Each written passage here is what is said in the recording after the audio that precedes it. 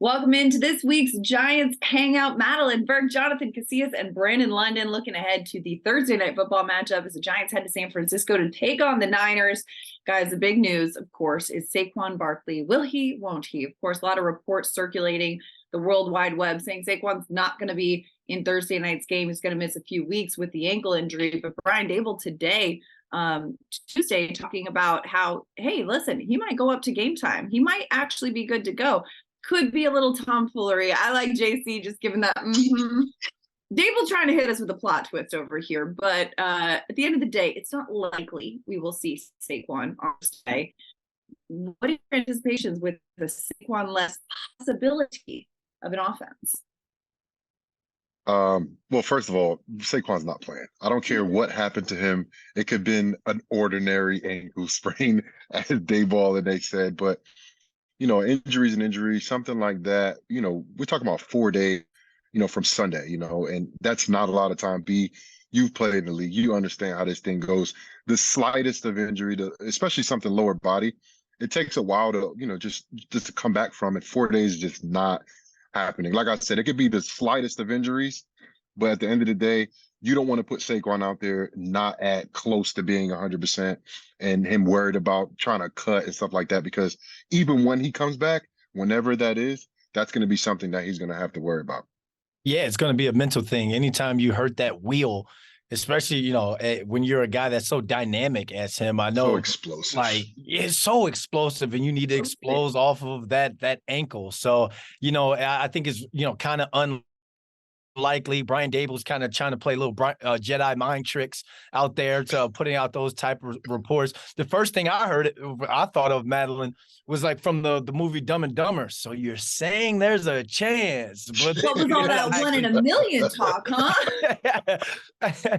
So you obviously Giants fans, that's what they want to hear. But at the end of the day, if he doesn't play, who's going to be that guy that steps up? Right now, it's a room for the RB2s. Matt Breida has 3 carries for 14 yards on the year. Gary Brightwell has 1 for 5. And Eric Gray hasn't even touched the ball coming out of the backfield now. So in the NFL, it's the land of opportunity. Obviously, Matt Breida has been someone who's had success in this league. Gary Brightwell is one of those guys that's fighting for success in this league. And then Eric Gray, you were drafted to come here, and now the question marks on what you can be in this Giants offense. So it's unfortunate that Saquon may or is likely to miss this, but at the end of the day, someone has to step up and try and replicate as much of that success and production as possible. Well, and you highlighted Eric Gray, the young rookie right here. And this is a guy who came in after 4 years of college at Oklahoma and Tennessee and had returned maybe less than a dozen times, and now is getting work in the return game. And so it's not about what he's shown he's able to do, but what the Giants are challenging him to do. But what he has shown he's able to do in college is, catch passes out of the backfield, run the ball. Will we see that from Eric Gray in Thursday night's game? Or will it be a guy like Matt Breida, who started his career in San Francisco? He signed with the 49ers as an undrafted free agent in 2017. He led the 49ers in rushing in 2018. He was on the 2019 team that went to the Super Bowl, didn't play in the Super Bowl, not active, but the San Francisco 49ers lost to the Chiefs that year, if you remember. So this is a little bit of a nostalgia moment for Breida. And I mean, you guys both play the game. When you go into an arena or a stadium or against a team that you used to wear their jersey, a little bit of you like, let me show you what you're missing. Yeah, absolutely. And Breida. Go ahead, JC. Yeah, but Breida's been there before. Breida has played in this league. He has started games in this league. He has a lot of success in this league. And every time I remember him getting the ball for the Giants in the last year or two, he's always had good games. He's had good rushes, good gains. It looks like he's very familiar with the offense. And the most important thing, they trust him. And Gray, having those return responsibilities, he's a trusted commodity as well. So I definitely expect it to be a Breida and Gray, and then also rotating in Brightwell. I think Gray's going to be the second tier running back when it comes to getting amount of touches in this Thursday's game. And because I think that when you draft someone and they're playing, you're invested in them and you want to see what they're all about. And like you said, B, this is a land of opportunity, and it sucks that somebody like Saquon, who is such an integral part of this offense, and he breathes the New York Giants be giant culture. Yep, It yep. sucks that he's probably not going to play, but Breida, Brightwell, Gray, they have to step up, and not only them, the offensive line, the receivers, Waller, because you're not talking about just the running back. Saquon had a receiving touchdown the other night. He also, likes to get out on routes, and he's definitely a matchup nightmare. And you have to have other guys that pick up the slack, not only in the run game, but in the passing game as well. Yeah, that's why I think Breida is RB2 in this one, and Gray gets the majority of the reps and touches. I would like to see the total on both of those guys are going to have on the night from not only the run game but the passing game as well. Madelyn, you mentioned how Eric Gray was kind of brought here because of what he brings, that dynamic he brings in terms of the passing game. JC, you already know Breida is one of those guys when we come to the NFL, it's like the Giants know what they have out of him. They know, yes, he's safe. Yes, they understand what they're going to get out of him. I think when you're playing against a team like San Francisco, you got to go with that wild card a little bit, and you have to let the young boy kind of ease him into it. And after he gets some confidence, let Booby spin on that one. And I think Eric Gray could be kind of like a switch up type thing because the San Francisco 49ers don't know what they're going to get out of him just yet. Well, and there is a benefit, right, to having some unscouted player in Eric Gray in that regard. But as you mentioned, if you think Eric Gray is going to get the lion's share of the run game, Brandon, how does that work with the return? Because you don't want to burn the kid out. You don't want to put him on the field for literally every play this early in the season. Or would you be hesitant to do that at all? I mean, you still got guys like Darius Slayton you could put back there. You still got Sterling Shepard you could put back there. The thing about this offense, they've got the luxury of having receiver by committee. Every receiver in there or every receiver that pretty much dressed last game got themselves a ball or two, and it was like, you get a pass, you get a pass, you get a pass.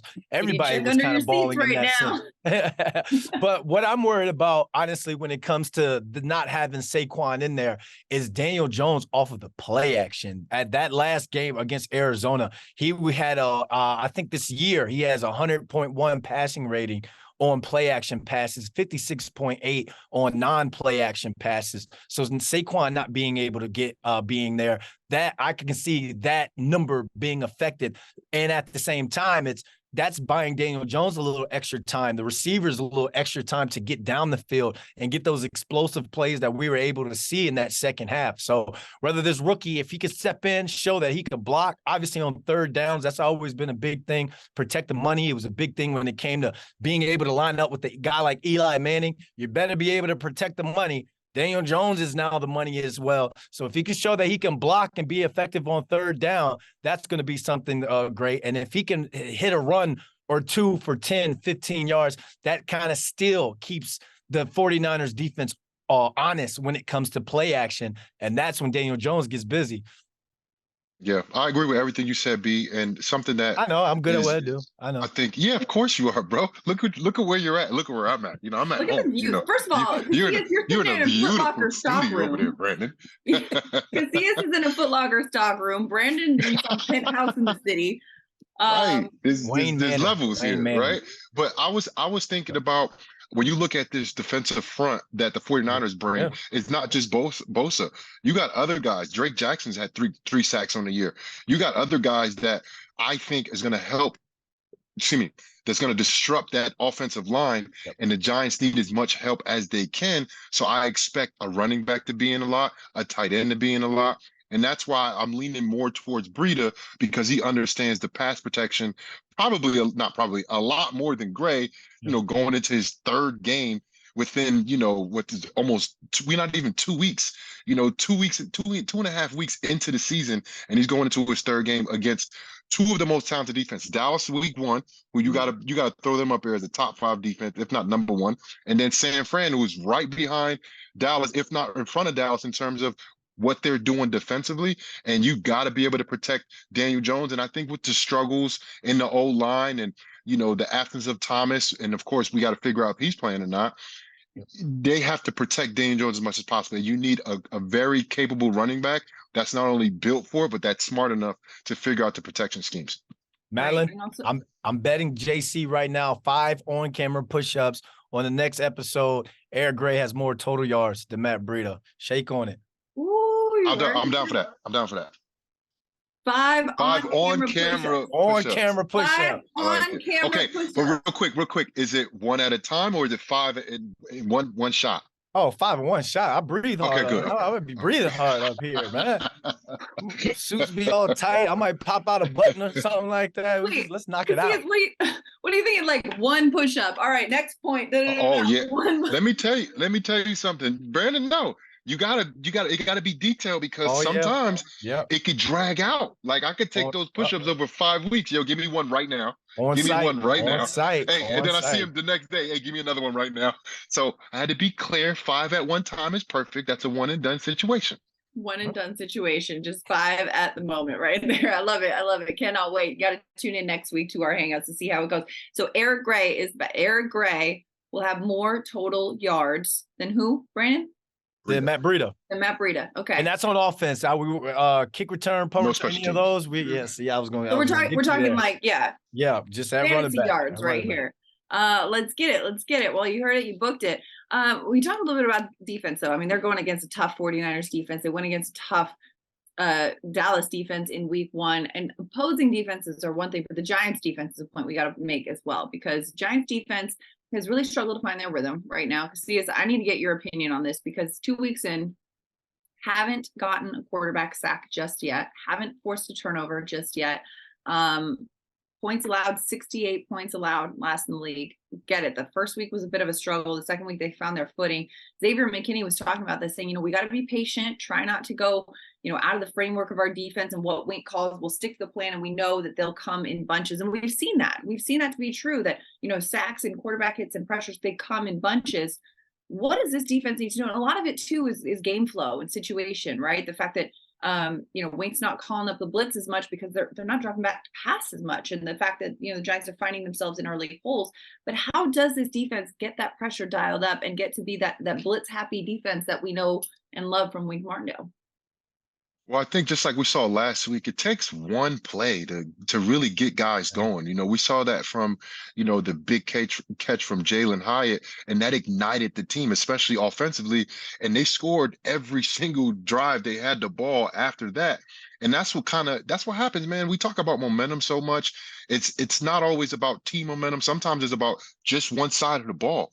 Defensively, they don't really have that momentum. I think Bobby Okereke is playing at a very, very high level. I think the defensive line needs to step up and play better, because you know what? They are better. Dexter Lawrence, we all know what he is. Leonard Williams was kind of, not really on the stat sheet last week. Kayvon Thibodeau, same thing. I expect those guys to play better. And when you look at this San Fran, I'm not saying their weakness is their offensive line, but they are loaded at every position. I think Brandon Ayuk is having a career year. We all know about Kittle. We all know about McCaffrey. And Brock Purdy, he has done a great job in stepping up and moving around the pocket, which I don't think he gets credit for, and finding an open receiver downfield. But the Giants have to figure out a way how to attack this offensive line. Yes, you got Trent Williams there. He's definitely an all-world Hall of Fame type of tackle, but there are other guys that you can attack, right? And TJ Watt had 3 sacks against him in the first week. And we don't really have a TJ Watt on our team. That's a rare, gem in this NFL. But the way Wink Martindale calls blitzes, he overloads guys, he picks on guys. And I expect him to find that matchup that they can abuse and utilize to help them success and get that first sack of the season, because that's what they're going to need. They're going to need to get this ball out. They're going to need to create turnovers, takeaways. They're going to have to fluster Purdy, and they can't make Christian McCaffrey, be comfortable running that ball and getting ball out the backfield. So they have to figure out a way how to attack. I'm not going to call it a weakness, because they're not weak at offensive line. But if you look at the other players on their team, the other position groups, this is something that you can attack. And the Giants have the guys to do it. They just haven't done it quite yet. Yeah. I mean, I like your respect that you gave to them. Aaron Donald last week, no tackles, 1 QB hurry. TJ Watt gets off, generational talent. Then you look at probably the best interior lineman, defensive lineman in the game, and he's neutralized. I like what you're saying when it comes to Wink Martindale and these guys attacking and kind of being aggressive. My only thing, show discipline within that, because at the same time, when we talk about 49ers offense, we're talking about a system, man. Kyle Shanahan has this thing. He has Sam Darnold looking good again in the preseason. You know, Trey Lance couldn't pick up that book, and that's unfortunate because you see the throws that Brock Purdy is making. Mr. Irrelevant looks very relevant, and there are 3 big down the field shots that they took that he didn't hit on. And everybody's talking about did they do too much to his arm when it came to the surgery? Did they make it stronger? And they were just like, no, that's very un-Brock Purdy-ish. So Purdy can't be Purdy this game. And when it comes to this defense attacking, still, please, they got to stay disciplined, because just like that in that Rams game, it was almost on back-to-back runs. Christian McCaffrey hit a stretch play, then they hit some sort of counter play, bing bong. And then he scores, and he extends his touchdown streak to 11 games. So these guys, again, attack, be disciplined, and at the same time, like you said, JC, all it takes is one, because we were going to replace some of these Instagram photos these guys are having of their game day attire, and let's make it to that team photo when they all get that interception, and we can see who uses a Drake quote, because they love using some Drake quotes on his team. Much like yourself, B. London. Everyone's using the quotes. Everyone's in the fields. We love to see it. I'm just saying you can do better. Marvin's room. Tell me, have you heard that lately? Go ahead, JC. Right. Go ahead. You got to add on to it. It's improv. Keep it going. We're just out here in Marvin's room trying to do our best. Like that. Oh, man. Oh, man. All right. Well, this is going to be a good one, too. I mean, it's a short week, too. The Giants are obviously staying out in Arizona for a couple of days before they fly to San Francisco Wednesday night for Thursday night's game. And with the short week turnaround, we talk about the injuries that we're dealing with. We see Andrew Thomas questionable with the hamstring. Azeez Ojulari also dealing with the hamstring, some pivotal players. But on a short week in which there's just walkthroughs leading up to this game, there's no practice. As players, Casillas, I want to start with you. As players, how does that affect your game prep? You know, on one hand, your body's getting a little bit more rest. You're not going through it quite at the same tempo. But on the other hand, you're not getting that same practice rep speed that you usually get in a game week. What's that experience like? Well, you said get a little bit more rest, but I mean, 4 days is not enough rest, you know, and I was always, you know, adamant and vocal about me not liking Thursday games because I play linebacker, bro. We get, you know, hit every single play. My body doesn't feel good till about Thursday, Friday, you know, going into the next game, you know, and luckily that they are being smart and only having walkthroughs, because I can't imagine playing a very physical, hard-fought game, which they played on Sunday in the first week as well, and then turning around and a couple of days later, you're having a padded practice, and then you got to play a game. Like, I can't even imagine doing something like that, you know? But look, Dayball always has, I think, the right plan, the smart plan, and how they are going to prepare themselves for this next week. And I'm glad that they're getting it early. You know, I'm glad it's happening early in the season. And then after this game, they got a mini bye. You know, they take, you know, the weekend off, and then they come back next week and be rejuvenated. But, you know, this is going to be a tough outing. Everybody knew the first 3 weeks of the season, playing 3 games in 11 days was going to be rough, playing a tough Dallas team, you know, a scrappy Arizona Cardinals team that played hard and fought hard, and Josh Dobbs played an incredible first half, you know, and was very physical in everything that they were doing. And the Giants ended up pulling it out. And everybody knew what San Fran was going to be. I don't think that was too much of a question. So the Giants just have to step up. I think offensively last week, they showed what they could possibly do.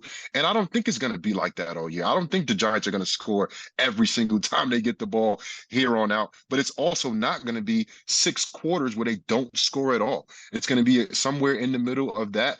And then along that, the defense is going to figure themselves out, and they're going to start making plays. I expect Dexter Lawrence to have a monster game because he needs to have a monster game. He has been relatively quiet in the first 2 weeks, and we all understand the type of player he is. And once you get a guy like that going, everybody feeds off it. And I think Bobby Okereke was kind of like the spark plug in what they did last week, especially on the back 7. But then also Isaiah Simmons, I expect him to get a lot more reps this week because anytime he was in the game, he looked fast, he looked explosive, he looked violent. You know, that was against his old team, but this is also now a team that he's played against in the past multiple times. So I expect Isaiah Simmons to be a huge part in the lineup moving forward with the Giants defense. Absolutely, because of his skill set. And you were alluding to Dexter Lawrence. He needs a big game, not only just for himself, but you feed off of that dude's energy. He is personality. This dude is New York. He got grown people, grown men. I haven't Doing seen all the this, dance you know what I'm saying? yet, I ain't got the man. I want to shoulders see the for it. I ain't got the dance. shoulders, and my back hurt a little bit. Honestly, You know, we even saw this in the NFL script writing promos this year. Like, all right, what's this season? We need more sexy Dexy. And he's like, yeah, let's go. Let's get it. We need more sexy Dexy. Get it in the script. Yeah, absolutely. yeah. But what I would say to the players on a short week where you're not practicing, this is a blessing. It gives you a chance to OD on being a pro. If you're a receiver, your BFF Mental. is the JUG. You're on that jugs machine, one hand, two hand, catching the ball over top. Because again, you don't have to worry about that wear and tear of the week. So you just want to get right. We got a lot of new offensive linemen that could be in this game. Communication has to be. I want you to show us every single front that defensive coordinator Steve Wilkes ran when he was 8th grade playing Madden. I want to see everything because we want to communicate and over communicate during this week because JC, like you know, once things get real and it starts getting fast and that front seven is coming at you, you don't want any of those, oh, I only wish that I didn't go back to the room and play Call of Duty. I hit him up and we met in the lobby and we spoke about this or that. So I would just say OD on being a pro this week. Get that mind right, over communicate, hydrate, and get ready because it's going to be a dogfight. Yeah. I like Yeah, it. I like it. I mean, Jalen Hyatt even talked about how going into week 2 from week 1, he changed his preparation. He was just filmed 24/7, locked in, and you could see, I mean, paid off for the kid. I mean, he had 2 catches for 89 yards. I'd imagine he's going to be another one that they get quite involved quite a bit more as well on Thursday night. Oh yeah, Yeah, absolutely. He is where he needs to be right now. And that whole comment he made about telling Daniel, just throw it. Just throw it. You know, his little voice, just throw it. I was like, yeah, coach. Yeah, just throw it. Yeah, you know, he was, but you know, that's when the rookies feeling themselves, JC. That's when rookies like, you know what? I've made this play all throughout camp. I've made it in the preseason game. Now it's time to put it on tape in my NFL career. He's put everybody on notice, and that can help out when it comes to this run game, not having a Saquon back there, because now they got to stay in some sort of too high shell because you got that speed. Mama, look at them wheels coming up on you if you one of those safeties. So that young boy is going to be relied on heavily this game, not only as a playmaker, but also as a decoy as well. And don't sleep on Darius Slayton, man. Darius Slayton was making plays as well. He's still a speedster on this team. So that catch he almost had was almost the greatest, bro. Oh my gosh, bro. It was just 1 more inch, 2 more inches that foot would have been in. But I think, like you guys were talking about, this week is straight mental, you know, not too much physical stuff. You're just trying to recover from last week still, but it's all mental. But it's also about putting together 4 quarters of complimentary football. The Giants haven't done that yet. The last week's second half was absolutely amazing. Daniel Jones stepped up. He just put the team on his back, as we've seen him do in 2022 multiple times, especially later in the year. Let's do it a little bit earlier, Daniel. You know, like, let's be smart. Let's make smart plays. But then also, let's be smart about the protection. We understand that there have been some times where the offensive line struggled, you know, in the first 2 weeks of the season. These teams see all of these plays. They're developing plays to, you know, create mismatches. And Evan Neal, he has to continue to play better. You know, I think Azudu had a pretty decent game replacing a very phenomenal talent in Andrew Thomas last week. And the offensive line, they need to play better as the season goes. And look, this is the first time this group is collectively playing together. Let's be honest about this. John Michael Smith is a rookie. I think he has some promise. I think he showed that he can handle himself in this NFL. But the thing is, there's so many good players that beat players like that consistently in the NFL. They just have to be able to take their lumps, which they have in the first 2 weeks, and continue to build. And that's the whole team. We've taken lumps in the first 2 weeks, big time, offensively, defensively, and special teams. Now it's like, okay, let's not get beat multiple times by the same things. Let's get the mistakes out the way early, and let's start playing good football. Just because you go into San Fran and you don't come out with a W, but you play good ball, you're better, you know, they had a lot of penalties. They start tightening up those things. It can be a promising effort, even in the loss. Even in the loss. But I expect the Giants to look better than they did in the first 6 quarters. Maybe not like the last half of the Cardinals, because that was like straight up amazing Madden, playing against the rookie. Like it was like, it's very hard to replicate that. And I don't expect them to, but what I do expect them to is improve like they did in week 2 from week 1. Yeah, absolutely. And I mean, Casillas, you mentioned the dog that we saw from Daniel Jones. This man threw for over 250 yards in the second half, rushed for over 50 yards in the second half, threw multiple touchdowns in the second half, rushed for a touchdown in the second half, and had not a single turnover in the second half. Not a single quarterback in NFL history has ever done that in the second half of a football game. Daniel Jones, that's our quarterback right there. We love Damn, Daniel. Damn, Daniel, back at it again. We'll see them back at it again Thursday night in San Francisco. All eyes will be on Eric Gray and Matt Breida with push-ups on the line right here on the Giants Hangout. Can't wait. Can't wait to see who's going to have to drop down. You guys both got like the scouting of where you're going to do it. We got to be able to see it on the camera. I'm not thinking that far ahead because I'm not worried about doing push-ups. See, it's a mentality week. It's locked in on the winner's mentality. Madeline, it's a win-win for me because if I win, he gets to do it and I get to smile while he's doing it. And then, it's a quick little workout for me. I always love to hit a quick little 5 push-ups. So it's nothing. It's nothing. Who doesn't love a little fitness, right? Who doesn't love a little fitness on the podcast? All right, well, that's it for our show today. Jonathan Casillas, Brandon London, and Madelyn Burke. We'll see you next week.